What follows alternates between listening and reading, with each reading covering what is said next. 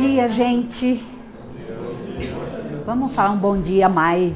Eu gosto de força. Bom dia. Bom dia. Aê, maravilha. É para demonstrar a nossa energia, do nosso amor, né? Que estamos aqui envolvidos em muito amor por essa mãe querida que representa todas as mães aqui na Terra, né? E para começar, eu vou ler para vocês o significado de ser mãe. Eu peguei na internet. Então, o primeiro é da segunda filosofia, que fala: ser mãe é uma jornada de autoconhecimento. Vocês concordam, mães? Quantas mães temos aqui? Levantem as mãos.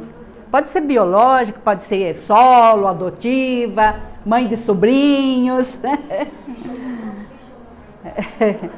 Então, ser mãe é uma jornada de autoconhecimento na qual você descobre sua força interior e capacidade de lidar com desafios que nunca imaginou enfrentar. Ser mãe é um equilíbrio delicado entre cuidar de si mesma e cuidar do seu filho. É uma dança constante entre as necessidades pessoais e as necessidades do bebê. É mesmo, né? Cuidar de um bebezinho é muito bom, mas não é fácil. O que é ser mãe segundo a psicologia? Ser mãe é essencialmente saber amar.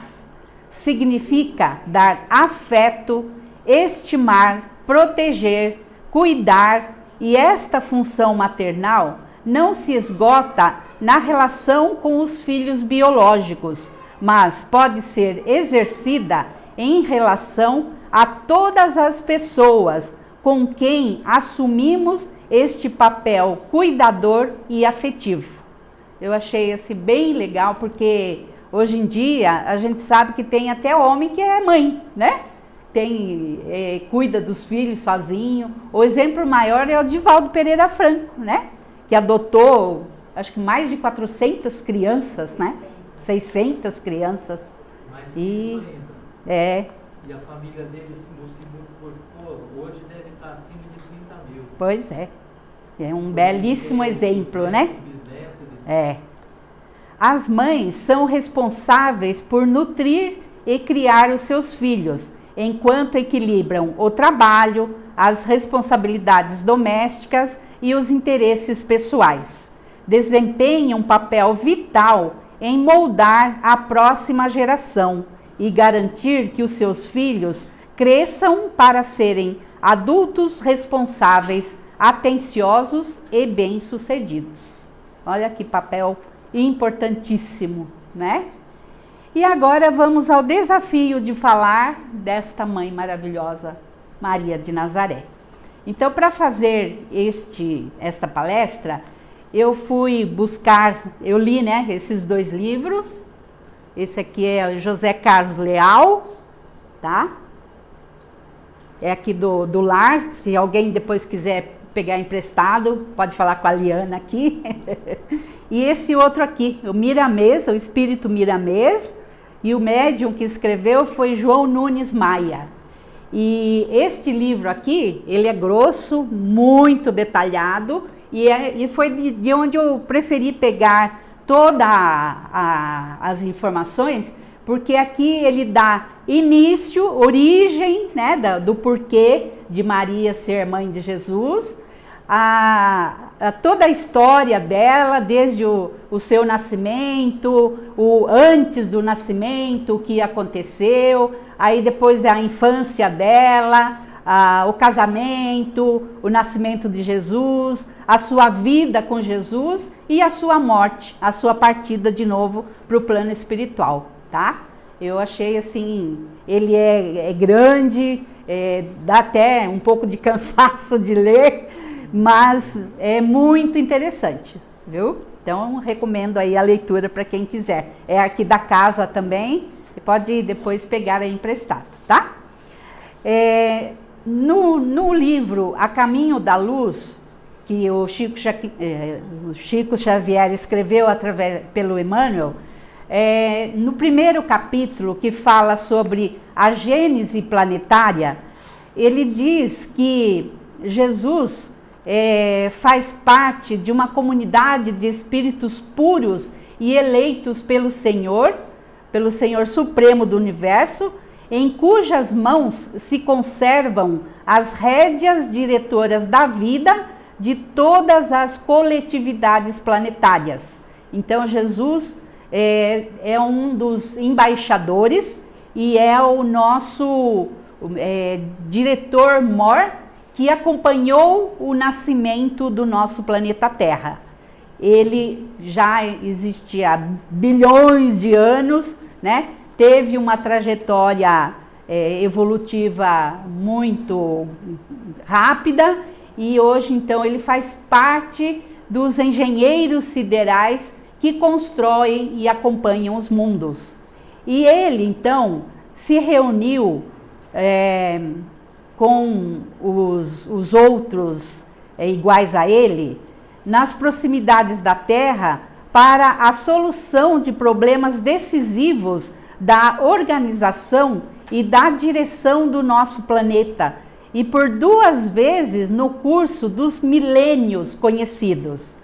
A primeira verificou-se quando o orbe terrestre se desprendia da nebulosa solar, a fim de que se lançassem no tempo e no espaço as balizas do nosso sistema cosmogônico e os pródromos da vida na matéria em ignição do planeta. E a segunda vez que eles se reuniram foi para decidir a vinda dele à face da Terra, trazendo à família humana a lição imortal do seu evangelho de amor e redenção. Então veja a bondade de Deus para conosco, né? Que Jesus acompanhou junto com toda a sua equipe o nascimento do nosso planeta, toda essa história que nós conhecemos desde que era uma bola de vapor, né? E que aos poucos eles foram implantando os seres que foram sendo criados e que a ciência mostra, né, o tempo dos dinossauros, toda essa história dos homens neandertais e homo sapiens. E então toda essa história que a ciência mostra, nesse livro, A Caminho da Luz, o Emmanuel comenta, tá? Então é outro livro muito interessante, histórico, para a gente ter um conhecimento maior do que é a nossa história aqui do nosso planeta Terra, tá?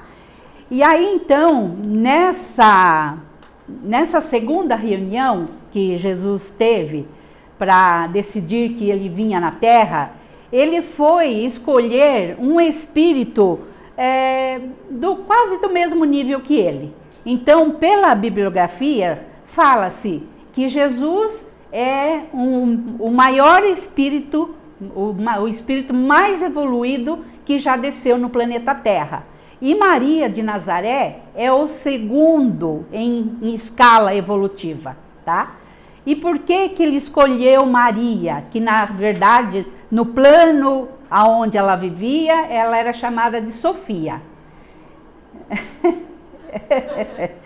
E aí Jesus então a convidou para ser a sua mãe, lá no sistema de Sirius. Jesus foi lá convidar ela, e aí ela, por já ter assim um estilo de uma pessoa, de um espírito muito humilde, ela a princípio não queria aceitar, porque, nossa, eu vou ser mãe de um espírito dessa envergadura, né? Mas aí Jesus a convenceu, com seu jeito de manso de ser também, a convenceu para que ela aceitasse essa missão aqui no planeta Terra. Ela não era daqui. Toda a escala evolutiva que ela teve foi em outros planetas, tá? Não foi aqui na Terra, não. Ela veio aqui só para essa missão. E aí, então, por que Jesus a escolheu? Por conta do seu grandíssimo coração amoroso. era já um espírito extremamente amoroso e inteligente, porque nós sabemos, através do Espiritismo, que nós estamos também evoluindo e que nós precisamos desenvolver o lado da inteligência, por isso que a gente vem para o planeta Terra, para trabalhar, para vivenciar todas essas relações que a gente vive, que nem sempre é só de amor, né? Às vezes a gente passa por situações extremamente difíceis, que é para treinar também a nossa sensibilidade e a nossa inteligência, porque às vezes no momento difícil é que a gente vai buscar soluções para aqueles problemas, né? Porque quando a gente está numa zona de conforto, como se fala, a gente está ali acomodado, acha que está tudo bem, às vezes até fala, ai, tá ruim, mas tá bom, né? Continua vivendo daquele jeito e vai empurrando com a barriga. Então, quando a coisa aperta mesmo, a gente busca soluções, né? E aí é onde a gente vai desenvolver essa nossa inteligência, porque nós estamos aí numa evolução constante. Nós nascemos simples e ignorantes, ou seja, não conhecíamos nada, e na medida que nós fomos evoluindo, reencarnando todas essas vezes que a gente já reencarnou, a gente foi adquirindo conhecimentos, aumentando a nossa inteligência e também desenvolvendo o nosso lado amoroso, porque os espíritos puros, eles já atingiram esses dois níveis, tanto de inteligência quanto de amor, tá? Então, como Maria mostrava esta grande condição, Jesus se sentiu confortável para vir habitar no corpo dela, para que ela pudesse então, desenvolver a sua missão aqui na Terra. Jesus também escolheu Maria porque as suas emoções já eram estáveis, né? Não tinha depressão, não tinha ansiedade, que é, né, os problemas atuais. Ela já mantinha uma serenidade constante, porque assim, tem uma cientista chamada Roberta Calderini, ela é psicogenealogista, e ela diz que uma gravidez turbulenta pode gerar criança propensa a problemas emocionais. Ela diz que personalidade, inteligência e traumas do adulto podem ser relacionados a sentimentos experimentados no ventre da mãe, tá? Então, assim, quanto mais uma gestante se manter serena, aí o companheiro, companheira dela que está ali do lado, também tem o papel importantíssimo de propiciar a serenidade para que a gestação corra bem, porque hoje a ciência mostra também que o bebê, ele não está ali dormindo, né? Ele vivencia, ele sente tudo o que acontece à sua volta, né? Barulho, a presença de outra pessoa ali com uma energia, né, boa, ruim. E quem é mãe e acompanhou a gestação sabe, né? Volta e meia ele dá umas tremidinhas assim, né? E se a mãe sente alguma coisa, aí mais ainda. Porque quando nós seres humanos, quando a gente sente alguma coisa, um sentimento bom ou ruim, a gente tem uma reação psicossomática. E o bebê vai sentir tudo isso, né? Às vezes, até assim, a alimentação que ele está tomando ali pelo cordão umbilical, ela fica doce, ela fica amarga, e ele sente tudo isso. Então, hoje se sabe que o quanto que pudermos proporcionar uma gestação tranquila para a mãe que está ali gerando aquele ser, é importantíssimo para que o bebê nasça o mais tranquilo possível, né? A gente sabe, eu sou psicóloga, acho que muitos de vocês já sabem, e eu trabalhei com dependentes químicos, e a gente ouvia muitas histórias de mães que usavam drogas, e que quando o filho nascia, ele já tinha, gente, a síndrome da abstinência. Sabe o que é isso? Porque a mãe usava a droga durante a gestação, e o bebê já estava recebendo aquela dose de droga ali também. Quando nascia, já sentia falta da droga. Olha que situação, né? Então, esse segredo da vida que nós mulheres carregamos, é muito importante, que a gente realmente tem que dar a maior importância, porque sabemos também que antes mesmo de gerar o filho, nós já estamos preparadas para recebê-lo. E a alma, ela vai se acoplar ao feto no momento da concepção, tá?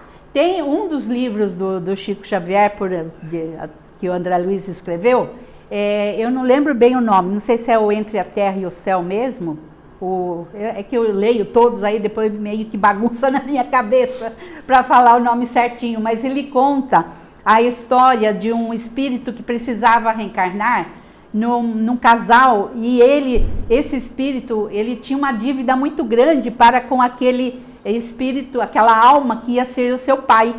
E aí então ele começou a chegar perto do casal, e o casal estava sendo preparado para recebê-lo, e o pai, ele não aceitava, quando ele saía do corpo no momento que ele dormia, ele se encontrava com esse outro espírito, e aquele espírito queria pedir perdão para ele e pedir para que ele o aceitasse como filho.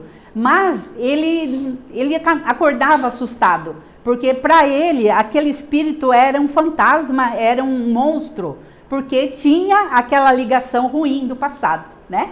Até que um dia a equipe responsável pelo nascimento daquele espírito veio conversar com o futuro pai e pediu para ele que perdoasse, né, aquele irmão, que ele precisava muito daquela reencarnação. E aí então juntou o casal, e aí eles tomaram ciência total da importância de receber aquele filho. E aí então mostra, tem até vídeo no YouTube, outro dia eu assisti, mostrando essa parte da forma como é feita, porque quando nós estamos no plano espiritual, nós temos o perispírito do tamanho que nós somos aqui, né? O nosso perispírito acompanha o espírito, e o corpo só de carne que morre, mas tem o mesmo formato lá.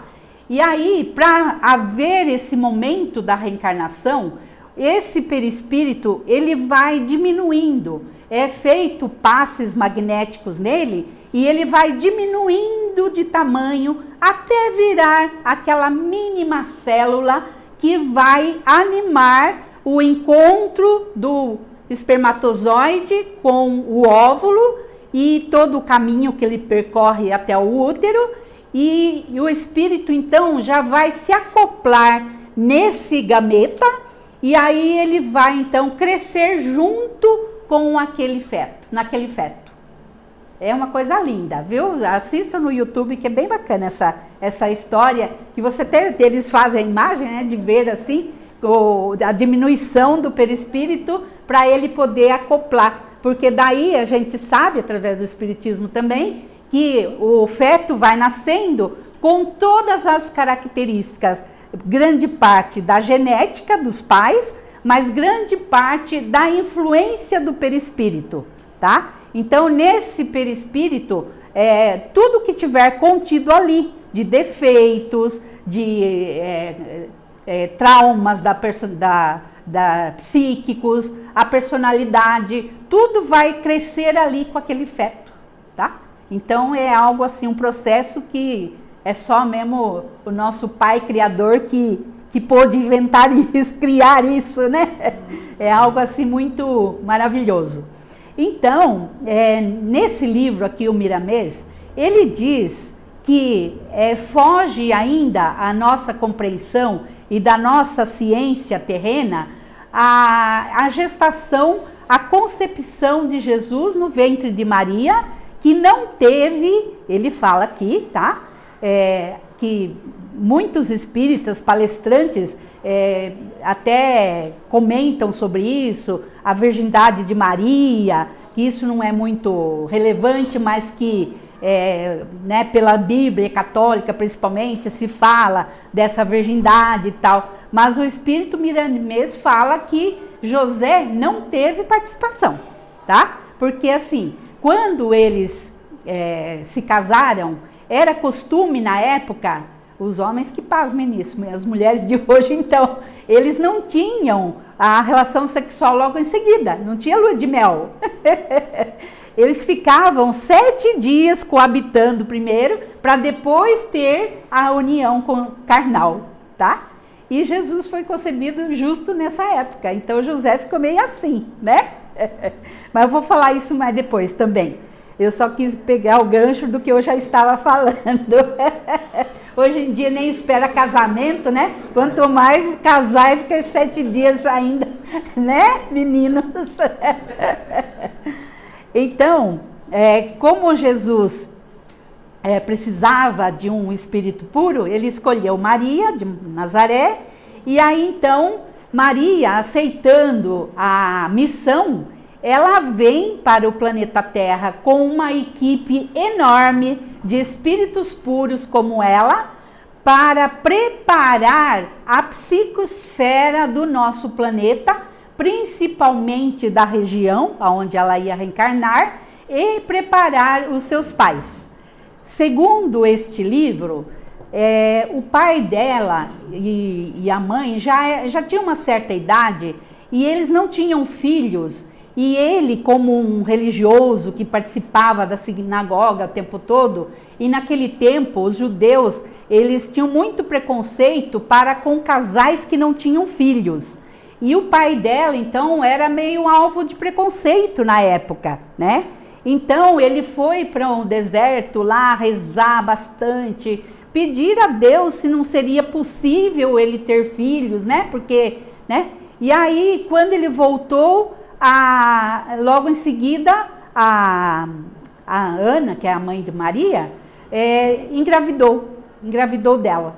Então, para chegar nesse ponto, Maria já tinha vindo para o planeta Terra e buscado dissolver toda a energia negativa que existia na região, porque não só lá naquela região, mas em todo o planeta, a psicosfera do nosso planeta Terra ainda é ruim, mas naquele tempo era péssimo, por conta de guerras, por conta de escravidão, por conta de inúmeras maldades que os seres humanos possuíam. O orgulho, a vaidade, o egoísmo era muito presente na maioria das pessoas. E fora que os encarnados sofriam toda uma influência dos espíritos das trevas que estavam ali dominando, inclusive nas sinagogas, os sacerdotes, muitos deles também eram influenciados, né? Então era uma coisa terrível. E nesse ambiente era muito difícil para um espírito de luz vir e poder encarnar aqui e viver aqui, né? Porque imagina, às vezes você vai num ambiente que você não gosta muito, já é ruim pra caramba, né? Barulho, às vezes você sente o ambiente espiritual mesmo do lugar pesado. Imagina naquele tempo, era 1000 vezes pior. Então, e Maria também não pôde descer, já de lá já veio para cá. Ela foi descendo devagar, gradualmente, assim como Jesus também foi descendo gradualmente. E aí então, ela com a sua equipe, que eles chamam de ceareiros aqui, eles foram dissolvendo a maioria dos grupos de espíritos trevosos que ficavam no meio do povo e dos religiosos também, fazendo essas maldades. Então ela dissolveu, junto com a sua equipe, vários grupos e muitos deles, eles conseguiram resgatar para um plano melhor, porque muitos estavam ali subjugados por aqueles espíritos mais inteligentes, porque os espíritos trevosos, muitos deles são extremamente inteligentes, sabe? Eles não têm amor ainda, eles estão ignorantes por esse lado do amor, mas de inteligência, de perspicácia, de elaboração de ações, eles são muito, e ainda infelizmente tem muitos vivendo no nosso meio, né? E influenciando governadores, líderes religiosos, em vários setores de lideranças, no meio de famílias que muitas vezes estão totalmente desequilibradas, né? Por conta deles, e claro que encontra eco na mente humana do encarnado. Então, com essa limpeza que foi feita, principalmente lá em Nazaré, onde ela ia nascer, por isso se denominou Maria de Nazaré, o ambiente ficou de tal modo tão bom, tão tranquilo, que a maioria das pessoas ficaram felizes, mais fraternas, os animais também viviam mais tranquilos, a natureza, de um modo geral, se tornou mais exuberante, as árvores frutíferas davam mais frutos, produziam em abundância, então ficou um ambiente extremamente bom e favorável para a vinda de Maria. E aí ela nasceu. Então, e aí, como já tinha todas aquelas profecias dos antigos profetas, e um deles que mais falou sobre isso foi Isaías, a maioria sabia que ia vir um espírito de luz que vinha reencarnar como mulher para ser a mãe do Salvador do mundo. E aí então ela nasceu, e assim que ela nasceu a notícia já correu, e aí muitas pessoas começaram a visitar a casa da mãe, dos pais dela, Eli e Ana. E aí então ele conta aqui no livro que eles trabalhavam para a subsistência e mal tinham tempo para isso, porque era muita gente dentro de casa visitando o bebê. E com isso toda a infância de Maria foi assim.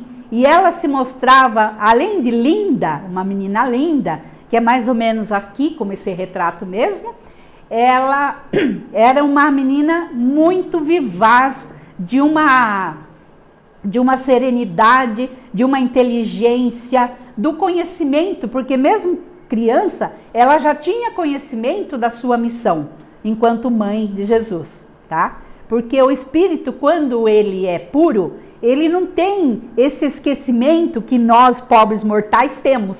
Que quando a gente reencarna, a gente não lembra de quase nada, ou nada mesmo, das vidas passadas, né?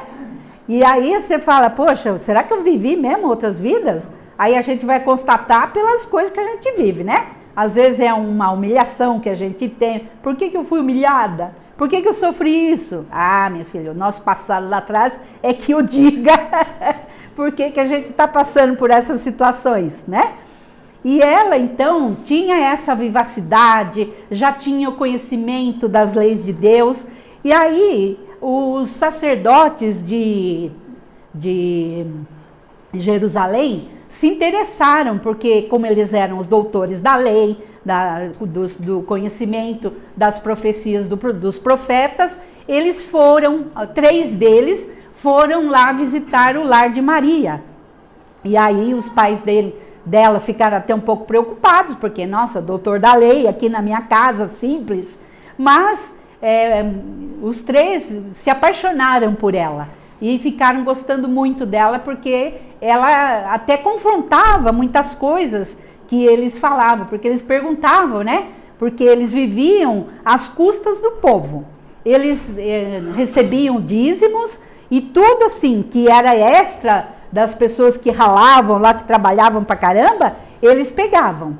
E com isso, então, ela confrontou isso, porque ela dizia para eles, como que vocês, pastores, que deveriam cuidar do rebanho, que são alimentados pelo rebanho. Vocês recebem do rebanho e ficam no conforto, tem tudo de bom, maravilhoso, e eles lá sofrendo muito para poder bancar, igual hoje, né? Não é diferente, né? Bancando todo aquele luxo que eles viviam, e muitos deles, muito soberbos, muito orgulhosos, egoístas ao extremo, e assim, muito achando que era realmente o enviado de Deus, né? Então eles tinham essa forma de ser, e ai de quem os confrontasse. E Maria, na sua ingenuidade, e através dos espíritos que a acompanhavam também, diziam essas coisas para eles, né? Principalmente isso, como que vocês podem, é na minha fala aqui, tá? Não foi assim que ela disse, mas como que vocês podem viver tranquilos, sendo que vivem às custas do suor desse povo sofredor, que trabalha em excesso para manter essa riqueza toda de vocês. Vocês, como pastores, é que deveriam estar lá consolando, enxugando as lágrimas das pessoas. Então, esses 3 sacerdotes, e principalmente um deles, que era o mais ancião já, ele concordou com Maria, até ele mudou depois o modo dele ser, tá? E aí, quando então chegou uma época dos seus 12 anos, mais ou menos, Maria foi convidada para ser uma das virgens do templo de Jerusalém, né? Porque eles tinham esses costumes. As mulheres virgens iam para lá, elas bordavam, elas teciam tecidos para as cortinas, para toda aquela suntuosidade que existia no templo, eram feitos por mãos delas e assim, no maior capricho, na maior perfeição. Então, Maria foi convidada para ir para lá, porque os outros sacerdotes se interessaram pelo que ela falava e já ficaram com certo medo de que, se ela falasse tudo aquilo que ela falava para todo o povo ali em volta dela, eles iam perder o rebanho deles, né? Iam perder as regalias que eles tinham. Então eles ficaram na dúvida, né? E fizeram uma reunião lá e colocaram: puxa, se a gente deixar ela lá, nós vamos perder muito mais gente do nosso rebanho. Se a gente traz ela para cá, ela pode perturbar o nosso ambiente. E foi o que aconteceu. Ela foi para lá, fez parte da equipe das virgens do templo, mas com o tempo, eles periodicamente a chamavam para perguntar alguma coisa sobre a missão dela, sobre o que ela achava das leis deles lá, né, das leis de Deus que eles tinham nos pergaminhos, e ela falava a verdade, doesse a quem doesse.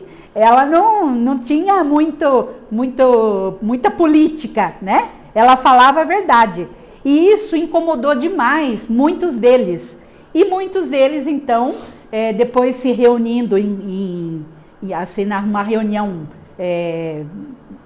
só entre eles resolveram então que ela devia ser tirada do templo, devolvida para a casa dos pais, mas que eles teriam que fazê-la se casar.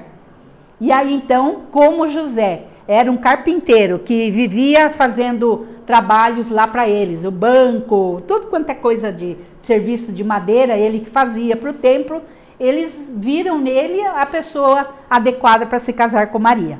Aí foram até a casa dela, conversar com os pais dela e falaram, né? Assim, claro que não mostrando, né? A gente quer que ela se case para calar o bico, né? Para ela ficar quieta, não falar mais nada do que ela fala aí, porque senão a ordem estabelecida vai gerar um caos. Aí eles resolveram, né, que aquilo parecia um bem, mas que na verdade atrás tinha uma outra intenção.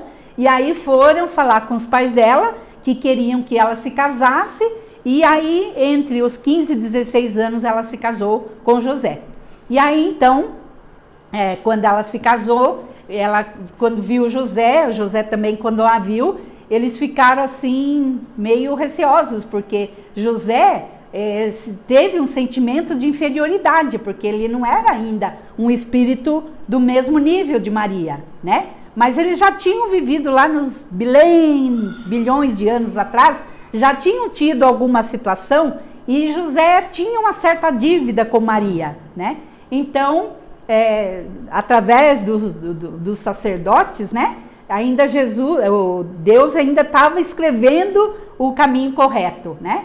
E aí então José foi chamado em espírito, que ele ia ter essa missão, que era para ele apoiar Maria, porque ela veio com essa missão. E ele, a princípio, ficou meio assim, perturbado. E nessa época, os essênios, que representavam um grupo de ceareiros de Deus, que viviam em todos os montes que existiam na Palestina e até pela Europa, segundo o Miramês fala que eles representavam mais de 4.000 homens, que eram espíritos assim de escol, que eles faziam o bem assim na surdina, porque se o sinédrio, né, os sacerdotes soubessem da existência deles, iria prejudicá-los. Então eles faziam de tudo, faziam bem, enxugavam lágrimas, consolavam, tinha médicos entre eles que ajudavam, curavam as pessoas,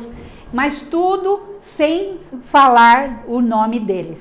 Então eles viviam fazendo bem no meio do povo, mas sem alarde, em segredo, para que a ordem estabelecida não os presenciasse, tá? Então aí, meu tempo já está curto, eu vou ter que dar uma corrida aqui.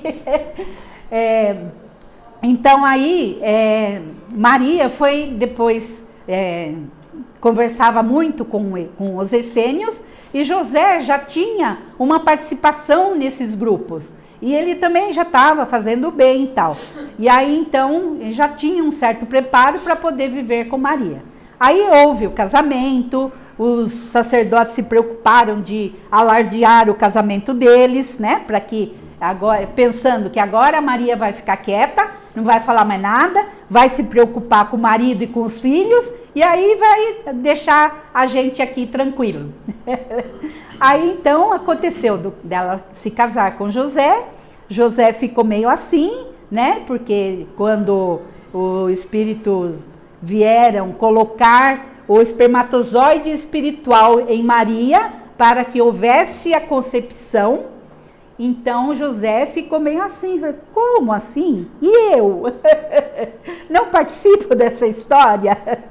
Então ele ficou assim, ele foi conversar com o pai dos essênios, e o pai dos essênios, eu esqueci o nome dele, mas ele falava para José que era para ele se submeter às ordens de Deus, porque aquilo era um planejamento já feito lá junto de Deus, para que Jesus pudesse vir num corpo puro, sem interferências dos sentimentos e dos genes, né, de alguém que não era muito puro ainda, para que ele pudesse cumprir com a sua missão aqui no planeta Terra.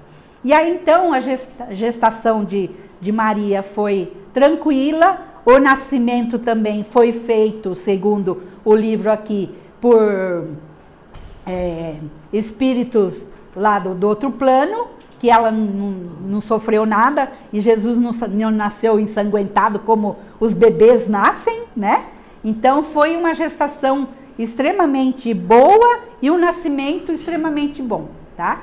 Então, aí Jesus veio, né? Voltaram e ficaram um tempo lá em Belém. E aí, como aconteceu com Maria, daquele mundo de gente ir na casa dela, também quando Jesus nasceu, que a notícia correu por mundo afora, que ele tinha nascido, também acorriam à sua casa inúmeras pessoas e muitos curiosos, né? De novo, aquela mesma situação. E Jesus também já tinha noção total da sua missão, e mesmo criança, ele já falava que ele tinha vindo do seu pai e que tudo que ele ia falar era das benesses do pai para nós aqui no plano terrestre. E aí, então, tinha muita gente, muitos curiosos, muitas pessoas querendo se tratar, e eles não tinham muita paz. Então, o casal resolveu levar Jesus para ficar com os essênios. Então, por isso que tem essa lacuna na história de que até os 30 anos, né, dos 12 aos 30 anos, não se sabe de Jesus, porque ele viveu com os essênios, e esses essênios habitavam as montanhas lá, as cavernas que tinham em todas as montanhas da região, e em cada tempo ele ficava com um grupo. E isso foi fortalecendo as ações dele e a direção do seu caminho, da sua missão, tá? Então, no livro aqui ele fala isso, que por isso que as histórias, todas as bibliografias que existem, a literatura, não se fala nada desse tempo de Jesus, porque ele estava apenas se preparando para a sua grande missão, né? Então, quando ele voltou para a casa dos pais, que ele daí já estava pronto para a missão, Maria o acompanhava a princípio, mas depois chegou um tempo que ela falou, não, eu tenho que deixar meu filho livre para ele fazer o que ele quiser, porque ele sabe o que ele tem que fazer. E aí ela ficou mais na retaguarda. E Jesus então saiu, né, por toda a história que nós conhecemos, por todos os lugares.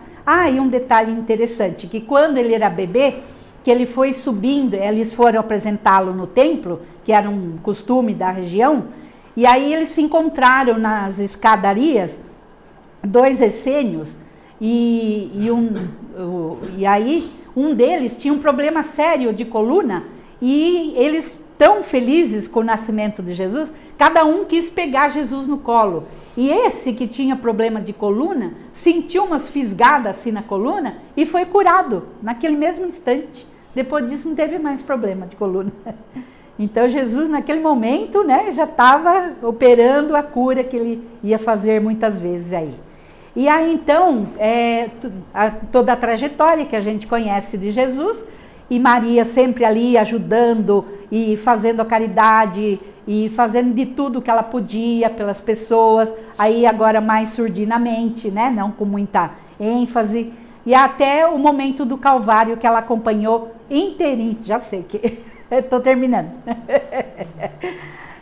que ela acompanhou todo o Calvário. Imagina, gente, nós sentimos assim um irmão, um filho, qualquer que seja da pessoa que nós amamos, que a gente sente doente, a gente já fica, né, com uma dor imensa. Imagina a dor dessa mãe, né?